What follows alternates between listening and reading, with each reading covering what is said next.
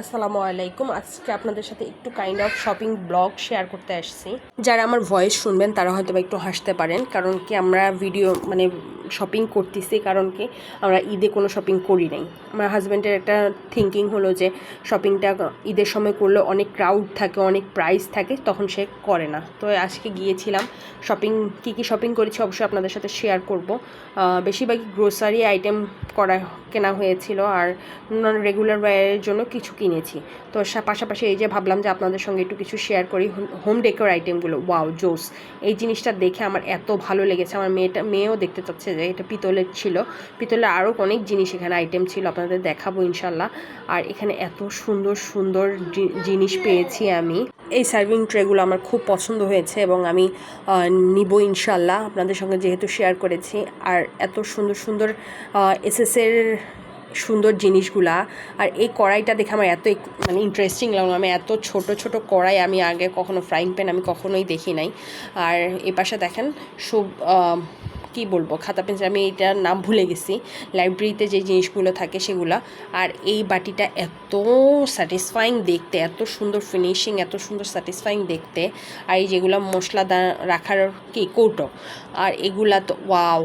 এটা দেখেন, এটা দুবাইয়ের একটা, আমি নামটা জানি না, কিংবা আমি ভুলে গেছি হয়তো বা। আর এই দেখেন, এটা জুয়েলারি বক্স। এটা এত সুন্দর, অ্যান্টিক একটা ভাইব আছে। আর এগুলো অনেক এক্সপেন্সিভ, আমার কেনার সামর্থ্য নাই, বাট আপনাদের সঙ্গে শেয়ার করছি। এগুলা গেলে ধরতেও ভালো লাগে যেন।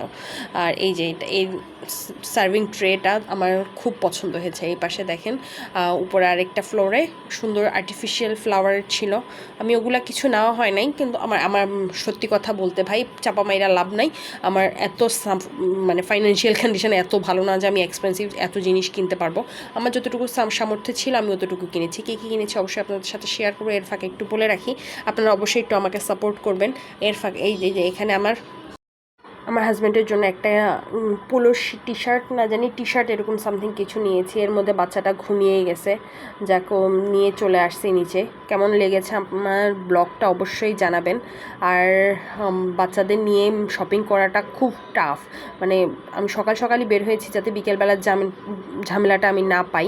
তারপরও খুব প্রবলেমে পড়ে গেছি। বাচ্চা যেহেতু দুপুরবেলা ঘুমায়, নামতে আমি দেখলাম যে এখানে জুতা আছে, বাটার আর অ্যাপেক্সের শোরুম আছে। তো আমি চেষ্টা করছি যে এখান থেকে একটা জুতা নেওয়ার জন্য। হ্যাঁ, আলহামদুলিল্লাহ নিয়েছি। এখানে এত সুন্দর সুন্দর জুয়েলারির আইটেম পেয়ে দেখে আমি একদম থক হয়ে গেছি। এই যে দাঁড়িয়ে যে নিব সেটা আর হয় নাই। সে সকালে গেছি, আস্তে আস্তে 4টা-5টা বেজে গেছে। তো সবাই অবশ্যই কেমন লেগেছে ব্লগটা একটুখানি জানিয়ে যাবেন। আর আপনারা কিন্তু আমার কমেন্টস করেন না, লাইক দেন না, অবশ্যই আমার পেজে ফলো দিয়ে রাখবেন প্লিজ। একটু রিকোয়েস্ট করছি, একটু রিকোয়েস্টটা রাখেন।